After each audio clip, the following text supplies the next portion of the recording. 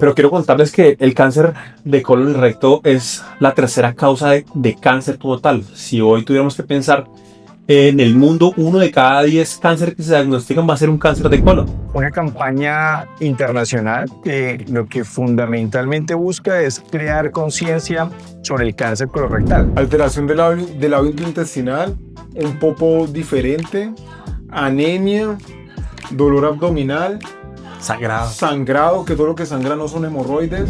El cáncer de colon y recto se ve en personas jóvenes. Tiene que ver mucho la alimentación, el estilo de vida. La mayoría de los cánceres de colon y recto son de forma esporádica, es decir, me puede dar un cáncer sin necesidad de que alguien en mi familia tenga cáncer. La mayoría de los casos sucede de esta manera. La segunda causa de muerte por cáncer sigue siendo cáncer de colon y recto. Sí. Por encima de mama, por encima de cuello uterino, por encima de otros cánceres que sí tienen una mayor, digamos que, impacto. Pero hay cosas que sí en nuestro día a día lo podemos modificar. La alimentación, el tabaquismo, el alcohol, bajar de peso, son cosas que, o sea, la gente tiene que saber eso. Hola, buenas a todos. Estamos hoy de nuevo aquí en Salud Sin Rodeos, un podcast para todos. Hoy estamos en nuestro segundo episodio, un tema muy interesante que es Marzo Azul, un tema que es muy importante para nosotros como cirujanos de colon y recto. Un tema que hace mucho énfasis en lo que es el colon, el cáncer de colon y recto. Y hoy estamos entonces de nuevo yo, Daniel Londoño, Alexander Obando, Mauricio González. Y vamos a hablar entonces este capítulo como tal de lo que es Marzo Azul. Entonces para comenzar, vamos a comenzar con Alex. Alex, entonces, ¿qué es Marzo Azul? Pues Daniel, Marzo Azul es una campaña internacional que lo que fundamentalmente busca es crear conciencia sobre el cáncer colorectal. El objetivo principal es educar a la población sobre la importancia de la relevancia que tiene esta enfermedad y lo que podemos hacer para prevenir esta enfermedad. Y ahí es donde está lo más importante y lo más relevante relacionado con el cáncer colorectal, que la mayoría de las veces el cáncer colorectal no aparece de forma súbita, de la nada, hoy el paciente está sano y mañana está enfermo, sino que en la mayoría de los casos, por no decir en todos, viene precedido de unas lesiones premalignas que durante mucho tiempo pueden cursar de forma sintomática, es decir, los pacientes no tienen ningún síntoma durante mucho tiempo y evolucionan hasta llegar a un cáncer. Por esa razón, si logramos identificar esas lesiones conocidas como pólipos, que son esas lesiones premalignas, y las identificamos a tiempo y las resecamos, pues obviamente podemos evitar que el paciente progrese o llegue efectivamente hasta un cáncer. Yo creo que eso es importante, o sea, el cáncer de colon y recto, o sea, tiene una cosa importante comparado con otros tipos de cáncer que es un cáncer que es prevenible, o sea, es un cáncer que se puede prevenir y que de pronto en estadios más precoces puede ser, el pronóstico del paciente va a ser mucho mejor que encontrarlo pues en estadios más avanzados. Mauro, o sea, ya que está, o sea, tenemos un mes de concientización de cáncer de colon y recto, ¿qué tan frecuente es este tumor? Es una pregunta muy interesante porque cuando hablamos de cáncer uno rápidamente escucha cáncer de cuello uterino, cáncer de mama, cáncer de pulmón, un montón de enfermedades que siempre están, digamos que dentro de lo que se logra ver en prevención, digamos que muy bien posicionadas. Pero quiero contarles que el cáncer de colon y recto es la tercera causa de cáncer total. Si hoy tuviéramos que pensar en el mundo, 1 de cada 10 cánceres que se diagnostican va a ser un cáncer de colon. Eso es una cosa bastante grande. Y si uno lo piensa a la hora de que no lo logramos prevenir, les quiero decir que es la segunda causa de muerte por cáncer. De los cánceres que encontramos y no logramos prevenir y no logramos encontrar en etapas tempranas, pues gran parte de esos pacientes terminan falleciendo por una condición que es implícita al volumen grande de cáncer que estamos identificando. Mira que ha sido una situación compleja porque cada vez viene en aumento, Dani. Sí.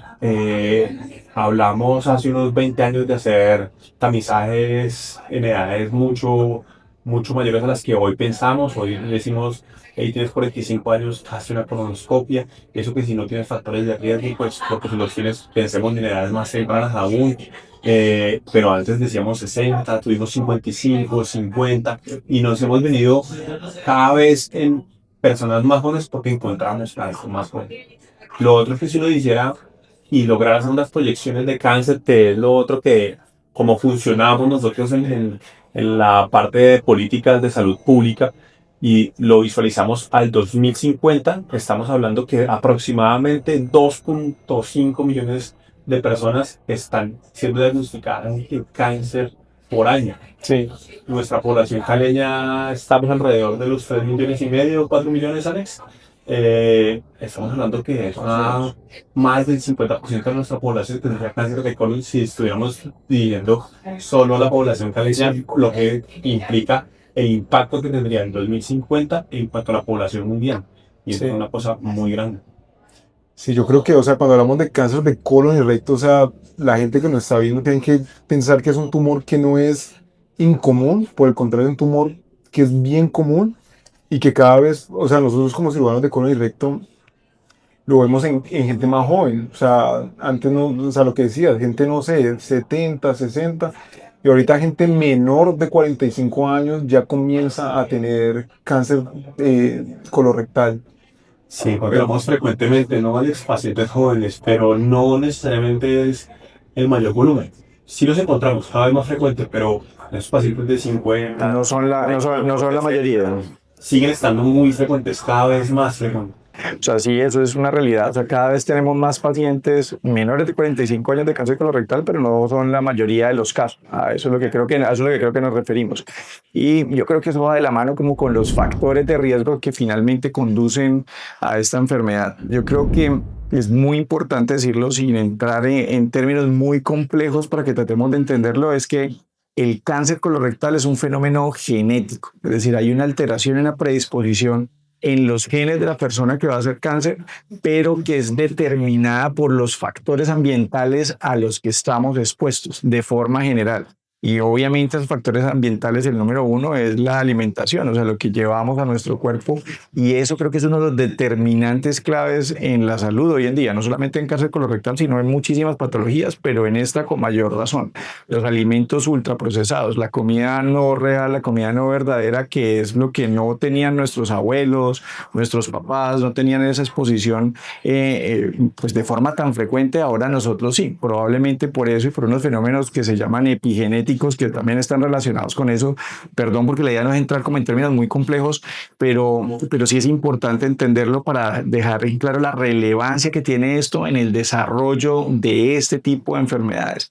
Y ahí vienen como a colación precisamente todos esos factores de riesgo, o sea, la alimentación, la edad, pues lo que decíamos que es mucho más frecuente en pacientes mayores de 45 a 50 años, pero que lo encontramos aún en pacientes más jóvenes, el desarrollo de otras enfermedades relacionadas como enfermedades inflamatorias intestinales, lo que se conoce como colitis ulcerativa o enfermedad de Crohn, cuando los pacientes llevan más de 10 años con patologías como estas de forma no controlada, o sea, que no tengan un adecuado control médico, que no tengan un tratamiento correcto de la enfermedad, pues están más predispuestos a desarrollar cáncer de colon. Lo mismo que la historia familiar de cáncer de colon. La mayoría de los cánceres de colon y recto son de forma esporádica, es decir, me puede dar un cáncer sin necesidad de que alguien en mi familia tenga cáncer. La mayoría de los casos sucede de esta manera, pero hay un porcentaje importante y no despreciable que está relacionado con antecedentes familiares y eso es importante tenerlo en cuenta para en el momento que tenemos el diagnóstico de algún familiar de cáncer de colon y tenemos ese vínculo hasta el primer grado de consanguinidad, pues obviamente nos obliga a realizarnos estudios para descartar que no tengamos también esta patología. Otros factores también relevantes como la obesidad, el sedentarismo que está asociado con esto, el tabaquismo, el consumo excesivo de alcohol. Y ahí se me ocurre un mensaje clave para los pacientes o para la gente en general, y es que yo lo aplico en mi vida, pero trato también de compartirlo con mis pacientes. Es que yo creo que la clave está en el equilibrio. O sea, cuando un paciente me dice, doctor, entonces ahora sí me puedo tomar unos vinitos, un whisky, yo siempre les digo que probablemente si se toman un vino o un whisky, eso no los vaya a conducir ni a tener más o menos cáncer o alguna otra enfermedad. El problema es cuando el fin de semana nos queremos tomar todos los whiskies y todos los vinos que no nos hemos tomado en la semana o en el mes. Eso es lo que conduce realmente a los problemas, los excesos. Si tratamos de mantener un equilibrio, probablemente ahí vamos a tener un camino idóneo y más allanado para un estado ideal de salud. Yo creo que algo importante que tú mencionaste es como los estados proinflamatorios del colon. Creo que lo hemos hablado en nuestros capítulos anteriores, que el coloproctólogo maneja las enfermedades de colon, recto y ano, tres órganos que, a pesar que el ano no está incluido en este mes, es algo de lo que nosotros tratamos y efectivamente que tenemos la capacidad de entender desde la parte inflamatoria hasta el tratamiento que implica el manejo del cáncer de colon. Es inflamación crónica que cada vez es más frecuente. Alex lo decía, nuestra forma de vivir y nuestra forma de comer, de cómo hacemos hoy nuestro día a día y nuestro proceso de alimentación, pues lleva un proceso inflamatorio de forma, digamos que soterránea, un poquito crónica, que no le paramos bolas y que nos lleva a una situación inflamatoria crónica que puede llevar a hacer este tipo de cáncer. Es algo que la sociedad que nos lleva hoy, que nos atañe hoy en día, pues cada vez está más expuesta. Sí, sí, sí. Eso yo escuchaba como un reel muy curioso que era como medio irónico como al respecto de eso, que no entendemos por qué nos enfermamos tanto, estamos más expuestos a microondas, ultraprocesados, microplásticos, todo ese tipo de cosas, pero no entendemos por qué nos enfermamos tanto si estamos metiéndole todos los días eso a nuestro organismo. O sea, claro, yo creo que ahí está la base de todo. Creo que es importante más en este mes que pues marzo es mes de concientización pues de cáncer de colon y recto. Es dentro de los factores que ustedes dijeron, cuáles se pueden modificar y cuáles no. O sea, genéticamente uno ya no lo puede modificar, pero hay cosas que sí en nuestro día a día lo podemos modificar. La alimentación, el tabaquismo, el alcohol, bajar de peso, son cosas que, o sea, la gente tiene que saber eso. O sea, son cosas que si se modifican, pues vamos a disminuir el riesgo de tener cáncer de colon y recto. Eso no nos garantiza que no lo vamos a tener, pero probablemente pues sí nos da una disminución, una probabilidad menor pues de tener. Pues yo creo, Daniel, que lo que estás diciendo es supremamente importante y la forma como más práctica y elemental de entenderlo es que esa carga genética con la que venimos al mundo probablemente es inmodificable, pero sí hay ciertos switches que se pueden prender o apagar cada uno de esos genes que pueden conducir a una enfermedad determinada. Y la mayoría de esos switches son factores ambientales a los que estamos expuestos y que nosotros mismos decidimos en diferentes momentos de la vida exponernos o no. Es decir, apagar o prender cada uno de esos switches significa activar o no activar ciertos genes que nos pueden conducir al estado de enfermedad. O sea que finalmente depende de nosotros, de nuestro comportamiento y de nuestros hábitos y estilo de vida, que tengamos la mejor manera para encontrar un camino allanado hacia un estado de salud ideal. Total. Y ya hablando, o sea, hemos enfocado ya mucho pues en la parte de prevención, que totalmente de este mes se trata de eso. Mauro, te hago la pregunta, o sea, ¿cuáles serían los factores de riesgo para el paciente que nos está escuchando o la persona que nos está escuchando quedar alarma o estar pendiente, sospechando que puede hacer alguna lesión pues del colon o del recto?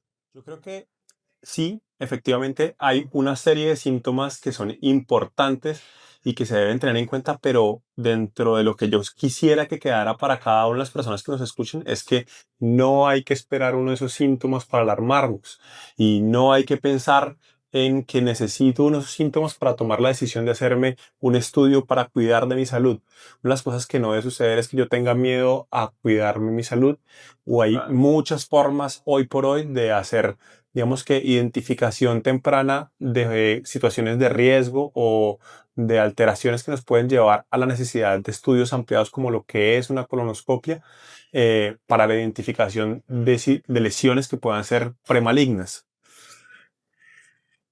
Eso es una cosa que es primordial y que uno debería no tener que esperar hasta tener estos síntomas para poder hacer una colonoscopia. Si hoy lo vemos, hoy por norma nosotros podemos hacer colonoscopia en cuanto a la prevención, así no tengamos ningún síntoma. Todos nosotros hemos escuchado que al ginecólogo se va de forma temprana antes de tener relaciones sexuales, antes de identificar ciertas cosas, antes de tener factores de riesgo que me puedan predisponer a una situación.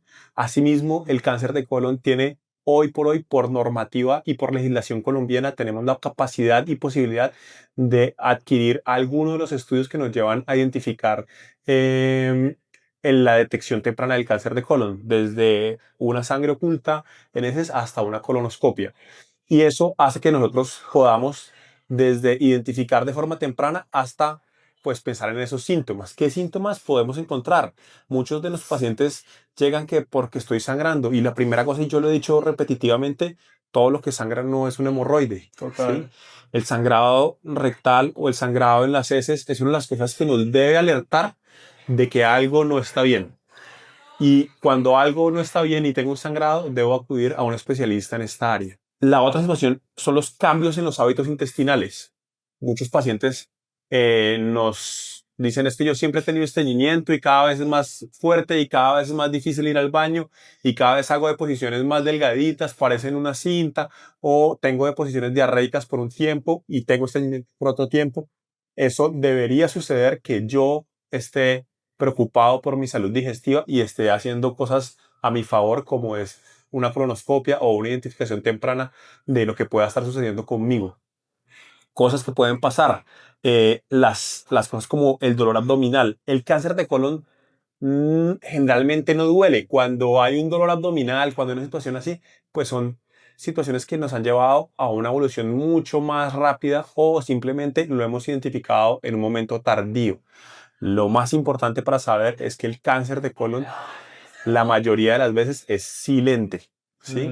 Y no necesitamos tener toda esa cantidad de síntomas por no decir, hey, ahora sí voy a consultar o ahora sí me voy a hacer mis estudios. Esto debe ser una forma preventiva. Cosas que nos puede pasar, y he tenido pacientes en esas condiciones que simplemente sienten cansancio, que su día a día cada vez es más pesado, que no alcanzan a ver su día y se hacen exámenes y resulta que están anémicos, porque el cáncer de colon puede tener sangrado por erosión de la lesión, por alteraciones que se van dando y se van haciendo de forma crónica, situación que no la vemos, de pronto no la identificamos en las heces, no la identificamos cuando nos hacemos la limpieza y no identificamos como ese sangrado de una forma abrupta como tal, sino un goteo pequeño que no se logra ver, pero que de forma crónica nos lleva a una situación de anemia y genera cansancio, mareo y otras cosas que nos pueden pasar. Mauro, perdón, te interrumpe, me parece súper interesante mencionar eso, que lo había percibido en los pacientes cuando charlábamos en la consulta, pero no había como lo he visto como en la profundidad ahorita que lo estabas mencionando, y es que un porcentaje no despreciable de los pacientes, no sé si sea por pena, por pudor, por asco, por incomodidad, pero no voltean a mirar el popó antes de vaciar la taza del sanitario. Y yo creo que debemos normalizar mirar el popó antes de vaciar la taza. O sea, en la taza y viendo el popó pueden aparecer muchos signos y síntomas que pueden alertarnos y ser banderas rojas sobre alguna patología como esta o alguna otra enfermedad. Yo creo que es un buen mensaje para contarle a la gente. O sea, normalicemos mirar el popó antes de vaciar la taza del sanitario.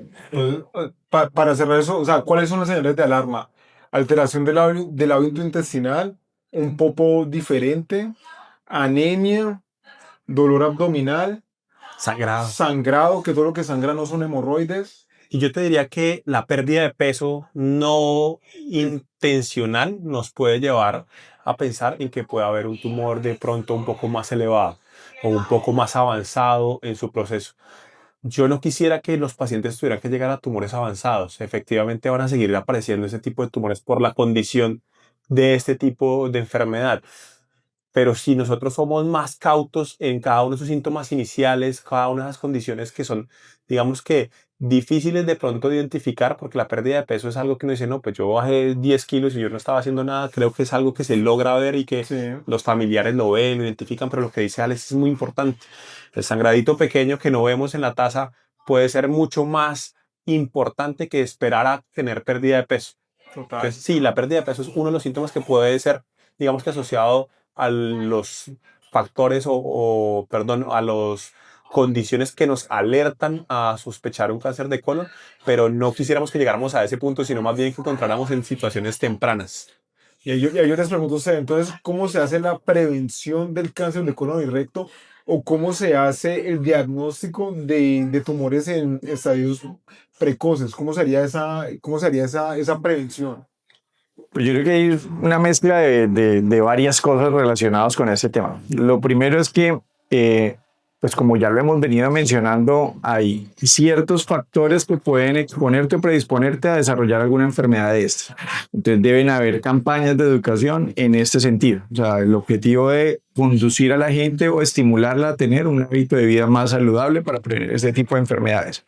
Pero además, pues obviamente ya entendemos por los números que nos explicaba Mauro al comienzo que esto es una enfermedad súper prevalente a nivel mundial y Colombia no es la excepción. O sea, los números que se manejan a nivel mundial son más o menos los mismos números que se manejan proporcionalmente hablando para el cáncer de colon y recto aquí en Colombia. Eso nos quiere decir que es una enfermedad súper importante en nuestro medio y que debe ser de interés de salud pública, como lo son otras patologías, como por ejemplo el cáncer de cervix. Lo que dice Mauro es muy cierto, o sea, es de interés de salud pública, si lo es. El cáncer colorectal aparece en las guías del Ministerio de Salud y aparecen unas políticas dirigidas para la detección temprana de esta enfermedad y toda la cosa. Pero yo la verdad personalmente creo que hace falta más énfasis en esas campañas o en esas políticas de salud con respecto al cáncer de colon y recto. O sea, la intensidad, por ejemplo, con la que se busca el cáncer de cervix en las mujeres no es la misma intensidad con la que se busca el cáncer de colon y recto en toda la población colombiana.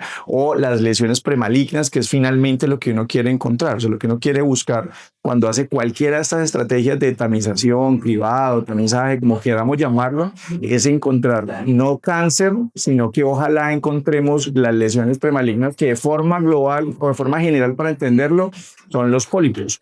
Y eso lo puede hacer uno por diferentes formas. O sea, eso va muy ligado pues como el sistema de salud de cada país. De acuerdo, los costos del sistema de salud cambian de un país a otro. O sea, lo que vale una colonoscopia aquí en Colombia no es lo mismo que vale una colonoscopia en Estados Unidos o en Europa. Entonces, probablemente teniendo en cuenta eso y los objetivos que uno tiene al hacer una tamización, o sea, de forma general uno lo que quiere cuando hace una tamización es encontrar el método más económico para que le ayude a encontrar una de la forma más eficiente la mayor cantidad probable de la enfermedad, ¿de acuerdo? Eso es lo que uno busca cada vez que escoge alguna prueba de esta. Y en ese sentido, pues hay diferentes alternativas. Uno podría decir que de forma general puede tener exámenes en sangre, exámenes de materia fecal o la colonoscopia, que es como el gold estándar, ¿de acuerdo? Lo más común aquí en nuestro medio son los exámenes de materia fecal, los test de inmunoquímica para detectar sangre y algunos otros test para detectar ADN tumoral directamente en estas muestras. Y ese tipo de pruebas se comparan con el gold estándar, que es la colonoscopia. ¿Cuál es la ventaja de la colonoscopia? Que yo voy a tener una visualización directa del colon de forma completa. Y adicionalmente, si veo algo en la colonoscopia, voy a tener la oportunidad de biopsiarlo o intervenirlo de acuerdo a las condiciones de la lesión, de las condiciones que tenga la lesión. Si yo lo que hago es un test de inmunoquímica en materia fecal para identificar sangre, pues obviamente de acuerdo a esto voy a tener, si me sale positivo, lo que me va a conducir es a después hacer una colonoscopia. En nuestro medio yo creo que una forma razonable de hacer tamización sigue siendo la colonoscopia. Probablemente va a haber algunas zonas o algunas regiones del país en que sea mucho más práctico y más fácil las pruebas en materia fecal para identificar sangre. Pero la colonoscopia de forma general sigue siendo una medida razonable, económica y de bastante rendimiento para detectar no solamente cáncer, sino también las lesiones premalignas como los pólipos, que es lo que queremos identificar. Y otra vez el mensaje grande es que si detectamos lesiones premalignas y las tratamos a tiempo, podemos evitar llegar al cáncer. Yo creo que en nuestra realidad, pues o sea, hablando específicamente pues aquí de Cali, sería, o sea, ese examen para la prevención sería la colonoscopia. Yo creo que sí. Y viendo, pues, o sea, ya teniendo como la colonoscopia, ¿cuál sería la edad? O sea, ¿cuál sería la edad para que el paciente comience a preocuparse por hacerse la colonoscopia? Pues eso, como lo mencionaba Mauro, ha ido cambiando como a lo largo de la historia, de la evolución del conocimiento alrededor de esta enfermedad. Yo creo que hablando de un poquitico, de tiempos un poquitico más recientes de esa historia, como el estándar que teníamos era los 50 años. Pues por eso, por la epidemiología, o sea, los números y las cosas de frecuencias de enfermedad y todo lo que se analiza para sacar este tipo de datos, definían que el riesgo mayor estaba a los 50 años, pero hace más o menos unos 6, 8 años, creo yo, si mal no me falla la memoria, pues se definió que esa edad debía bajarse a los 45 años, porque ese riesgo aumentaba incluso en pacientes o personas de la población que tenían esta edad. Entonces, la recomendación hoy es que a toda persona asintomática, o sea, que no tenga ningún síntoma, solamente con la intención de buscar este tipo de lesiones ni factores de riesgo, que sea mayor de 45 años, debe tener por lo menos una colonoscopia y de ahí en adelante ese seguimiento debe ir en función del resultado de esa colonoscopia inicial. Alex, ¿tú crees que esa edad claramente no es una edad que nosotros impongamos como coloproctólogos ni como médicos, sino que nace de un estudio gigante, de un conocimiento del costo de la población, del costo del procedimiento? Vamos, que no es es un dato al aire. No es una edad ¿Sí? al aire. No es Sí. una edad al aire, pero hoy desde nuestra orilla, y les preguntaré a ustedes dos, pues a veces yo siento que nos quedamos cortos con los 45 años y que pues me gustaría encontrar de pronto más de un paciente que ha llegado de forma tardía a los 45 ya con un tumor. Sí, no les pasa esa situación que de pronto quisiéramos bajarnos un poco más y valdría la pena. Lo que de forma general, Claro, para la población. a eso es a lo que yo decía, que ese número no sale de la nada, Sí, ¿sí? exacto. Que tiene un proceso. Pero si hoy un paciente, el que sea, que dice, "Hey, yo quiero cuidar de mi salud de forma preventiva y temprana, quiero hacer mi estudio, tengo 40 años". Pues a ver, si alguien te llega con esa intención y con esa inquietud y ese interrogante al consultorio, pues yo lo que haría sería interrogarlo por factores de riesgo, como los que mencionábamos ahorita, haciendo énfasis en esos factores familiares, en los antecedentes familiares, perdón, de relación con colon, cualquier otras condiciones que me haga pensar que esa persona tenga un riesgo diferente al resto de la población general. Y probablemente, pues en mi opinión, esa consulta iría dirigida a hacérselo, porque así no cumpla todos esos riesgos, la sola inquietud de ese paciente me parece lo suficiente para responder a la motivación que él tiene con ordenar la colonoscopia. Pero si la pregunta es desde el punto de vista de salud pública, yo creo que ahí sí cambiaría, porque obviamente hacer una colonoscopia a toda la población, digamos que la vas a bajar de los 45 a los 45 años, es decir, eso aumentaría significativamente muchos pacientes más, que implica un costo mucho más alto. Yo creo que eso es algo que también hace parte de la evolución de la misma enfermedad, como fue antes. Comenzó con 55, no sé, 50, 45, y por lo que uno ve y por lo que uno lee también en los artículos y lo que uno sabe, es que cada vez el cáncer de colon y recto se ve en personas jóvenes. Tiene que ver mucho la alimentación, el estilo de vida, pero eso es una realidad. O sea, el cáncer de colon y recto cada vez está poniendo gente más joven. Y yo creo que es inevitable que ese tamizaje, esa prevención, el tiempo para iniciarlo va a disminuir. Obviamente en este momento son 45 años, pero también es cuestión de tiempo de que eso vaya a disminuir. Yo creo que uno de los puntos más interesantes que tocaste ahora, Alex, es la forma como vemos nosotros el cáncer de colon en cuanto a las políticas públicas que se llevan, y dos, como lo que se está, digamos que, como comercializando en cuanto a lo que es la prevención de cuello uterino, cáncer de mama, otro tipo de enfermedades como pulmón. Hoy tú encuentras por todas las etiquetas de cigarrillos y cosas, prevención de cáncer de cuello uterino, prevención de pulmón, te va a dar cáncer, que es algo que, digamos que en el mercadeo está supremamente posicionado, pero les recuerdo los datos. La segunda causa de muerte por cáncer sigue siendo cáncer de colon y recto, Sí. por encima de mama, por encima de cuello uterino, por encima de otros cánceres que sí tienen una mayor, digamos que, impacto hoy, en cuanto al mercadeo que se le hace a la prevención de este tipo de enfermedades. Por eso, a mí sí me parece importantísimo el dato que tú diste y lo que dices, hay que empezar a educar más a las personas en la necesidad de hacer prevención para cáncer de colon y recto. Eso es muy importante, perdón, Dani, es que en las últimas 2 o 3 décadas hemos avanzado significativamente muchísimo más comparado de antes de ese periodo de tiempo con respecto al tratamiento del cáncer de colon y recto. O sea, lo que se ha logrado con respecto a los avances en cirugía, en quimioterapia y radioterapia es significativamente mayor comparado con lo que se había hecho en los años anteriores. Pero a pesar de todos esos avances, no se han logrado cambiar esas cifras y esos números, o sea, que tengamos menos mortalidad relacionada con esta enfermedad. Es decir, todavía seguimos teniendo un volumen muy grande de pacientes y por eso yo creo que algo muy importante que se debe hacer énfasis es más que tratar, que es muy importante, hace parte de nuestro trabajo y el día a día, es un volumen importante de estos pacientes de nuestra consulta, es tratar de prevenir la enfermedad, de concientizar a la gente desde todos los puntos de vista de cómo podemos evitar que lleguen justamente a esa situación de falta del estado de salud, de la enfermedad como tal, en este caso del cáncer de colon y recto. Yo creo que ahí está el clic que tenemos que tener en la cabeza.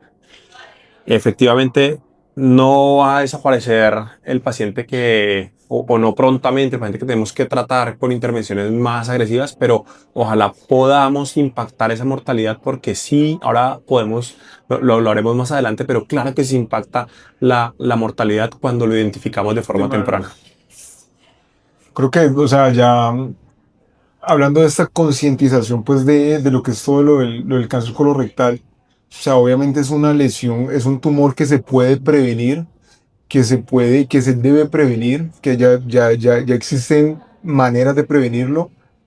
Pero me gustaría, o sea, que habláramos un poco de cómo es el tratamiento. O sea, también para las personas que nos están escuchando, saber que también el cáncer de colon y recto es un cáncer que dependiendo también del grado, puede tener un buen pronóstico, puede tener, si se detecta, como hablamos de colonoscopias que lo detectan de manera temprana, el pronóstico cambia y puede ser muy favorable. Yo les pregunto a ustedes, ¿cómo es el tratamiento del cáncer de colon y cómo es el tratamiento del cáncer del recto? Que son un poco diferentes.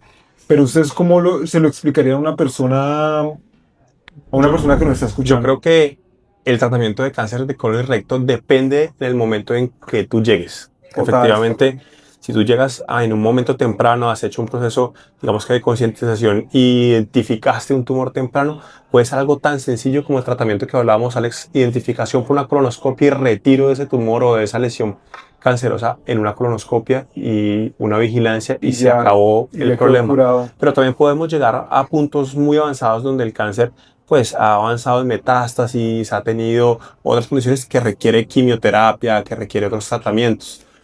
En el intermedio tenemos todo un espectro de otras cosas, que son la mayoría de los cánceres que nos tocan a nosotros en el tratamiento, donde a veces se requieren quimioterapia y radioterapia, o solo quimioterapia en algunas condiciones, o efectivamente pueden operarse inmediatamente sin tener que pasar por la quimioterapia y la radioterapia.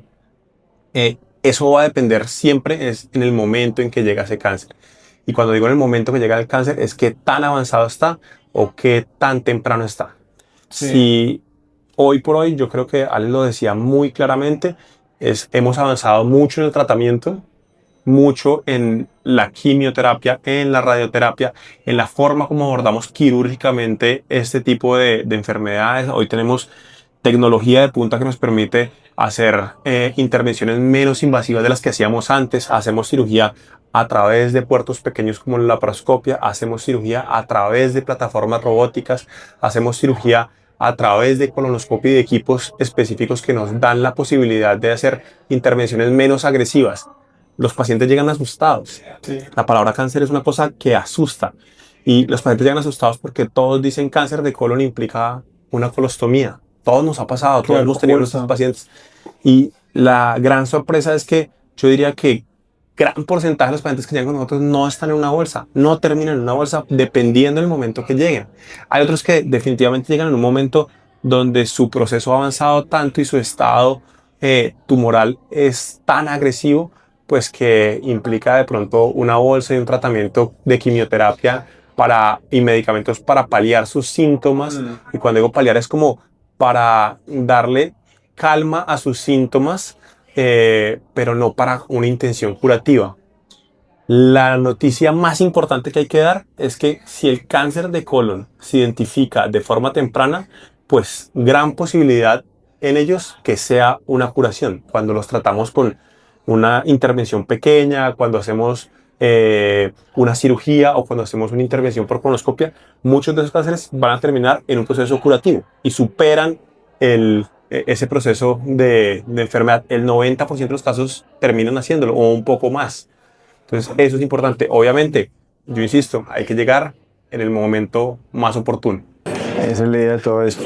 Y Dani, yo creo que como para complementar un poquitico lo que dice Mauro y que me parece muy importante para toda la gente. O sea, hoy tenemos diferentes estrategias o diferentes herramientas para ayudar a estos pacientes. La cirugía, que es nuestro trabajo, es el pilar fundamental uno de los pilares fundamentales del tratamiento de esta enfermedad, pero también hay quimioterapia, radioterapia y el cuidado paliativo, que son herramientas y estrategias que tenemos para el manejo de estos pacientes. Pero como decía Mauro, es que dependiendo de la etapa en la que lleguen de la enfermedad, pues así mismo van a ver la utilidad de cada una de ellas. Pero lo importante y lo que quiero como compartir con la gente es que independiente del estadio de la enfermedad en el que lleguen, yo creo que siempre hay una oportunidad para ayudarlos. Siempre hay una forma en la que podemos lograr encontrar para ayudarlos. Probablemente en algunas de esas etapas de la enfermedad no podamos alcanzar esa intención curativa que quisiéramos para todos los pacientes, pero podemos encontrar otros caminos para encontrar alivio, para encontrar algún soporte para los pacientes. Entonces, pues es como un mensaje final que quería dar. Yo creo que lo último ahí es que el tratamiento del cáncer de colon y recto es un tratamiento multidisciplinar. También tenemos que ver ahí con los oncólogos, o sea, nosotros somos cirujanos de colon y recto, pero también es un tratamiento que lo hacemos en conjunto con con el oncólogo, con nutricionista. O sea, es un equipo grande que va a tratar al paciente que está sufriendo esta enfermedad. Y también comparado con otros tumores de otras regiones, son tumores que tienen, obviamente particulares, son tumores que algunos pueden tener buen pronóstico. Generalmente cuando se diagnostican de una manera más precoz, el pronóstico va a ser mucho mejor, como decía Mauro. Una cirugía de pronto ya va a resolver, una cirugía y después un tratamiento adyuvante, que quiere decir que un tratamiento de quimioterapia después, esos pacientes pueden tener buen pronóstico. Entonces también los pacientes que tienen el diagnóstico de cáncer y colon y recto, o sea, tienen esperanza y con pronóstico pues a veces muy favorable. Entonces yo creo que ya para terminar, o sea, ¿cómo podemos resumir esto? Yo creo que, o sea, Marzo Azul, el mes de la concientización de cáncer colorectal, es un mes para hablar de cáncer, de colon y recto. O sea, yo creo que la gente tiene que hablar de cáncer. O sea, es algo que todos nos tenemos que concientizar a hablar de cáncer y específicamente pues en este mes hablar de cáncer colorectal, hablar de la prevención del cáncer colorectal, hablar de los factores de riesgo, hablar de las señales de alarma también para pensar en este cáncer colorectal.